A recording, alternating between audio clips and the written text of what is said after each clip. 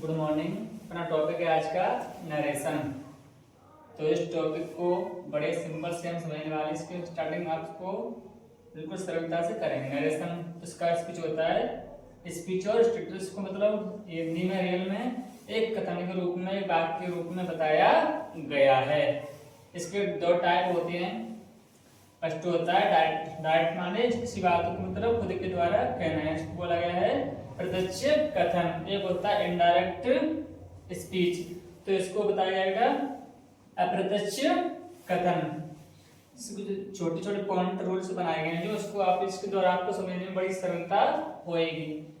पहला फर्स्ट वाला रूल इसका आपका जो है इनडायरेक्ट इन्वर्टेड कोमा के स्थान पर आपको कंजक्शन दैट का यूज करना है। दैट का यूज आपको करना होगा। सेकंड पॉइंट है आपका इन्वर्टेड कोमा के बाहर जो वाला वाक्य होगा ना, उसको आप क्या कहोगे? रिपोर्टेड वर्ब कहोगे। इसका शॉर्ट नाम क्या होगा? आरवी। नंबर 3 है आपका इन्वर्टेड कोमा को अंदर जो वाला वाक्य होगा ना, उसको आप बोलोगे रिपोर्टिंग वर्ब। तो इसका शॉर्ट नाम बेटा क्या होता है? आर एस होता है। नंबर 4 है आपका आरवी वाले वाक्य की केवल वर्ब को ही चेंज करते हैं। इसके बाद नंबर 5 है आपका लास्ट है जो है जब आरवी वाला वाक्य होगा ना आपका, तो प्रेजेंट टेंस में हो या फ्यूचर में होगा, या प्रेजेंट में या फ्यूचर में हो, तब केवल आपको वर्ब ही चेंज करनी है। उसमें आरएस वाले वाक्य होगा ना, उसमें जो टेंस होगा उसका टेंस बिल्कुल भी नहीं बदला जाएगा। नो चेंज, टेंस को भी चेंज नहीं करना पड़ेगा आपको। और जो उसकी थोड़ी सी कमी आपको लगेगी ना, वो आपको एग्जाम्पल के द्वारा क्लियर हो जाएगी। जैसे मान लो एक सिंपल एग्जांपल आपको उसमें लिखा है he says to me, he says to me. उसके कोमा के अंदर उसका नाम दिया आई एम गुड्स में दो वाक्य रहते हैं, एक कोमा के अंदर एक कोमा के बाहर। जो कोमा के अंदर होगा ना, तो उसका नाम दिया गया बेटा क्या? आरवी। जो कोमा के बाहर रहता है उसका नाम होता है आरवी। जो कोमा के अंदर रहता है उसका नाम होता है आरएस। अब देखो तुम पहले आप कैसे बनाओगे? यहाँ से क्या करना है, फिर वर्ब को चेंज किया जाएगा। तो ये को ले लिया आपने, तो ये को तो ये लिख दिया। आपका जो सेज टू है ना, इसको आप टेल्स में बदलोगे, टेल्स कर दिया। मी का मी रहेगा।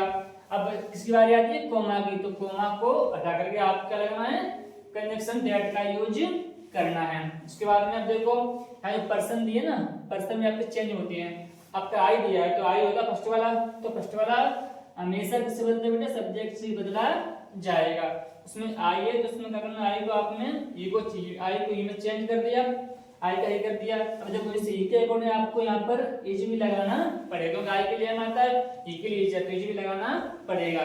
तो इज गुड यहाँ पे पूरा आंसर आपका फिनिश हो जाता है। जैसे मान लो अभी छोटा मतलब कॉमन क्वेश्चन है और थोड़ा शॉर्ट में किया, इसलिए अब मान लो उसको टिटल में कलम नाम बढ़ाएंगे ना, तो थोड़ा सा क्या है और भी अच्छा लगने लग जाएगा।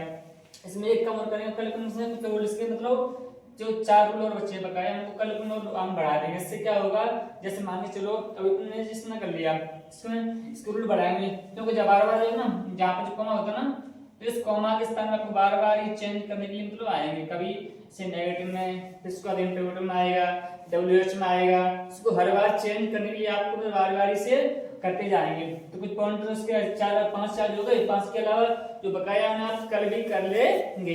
कल भी करेंगे ना, उसमें क्या मान लो उसमें आज कर लेंगे, कुछ कल कर लेंगे।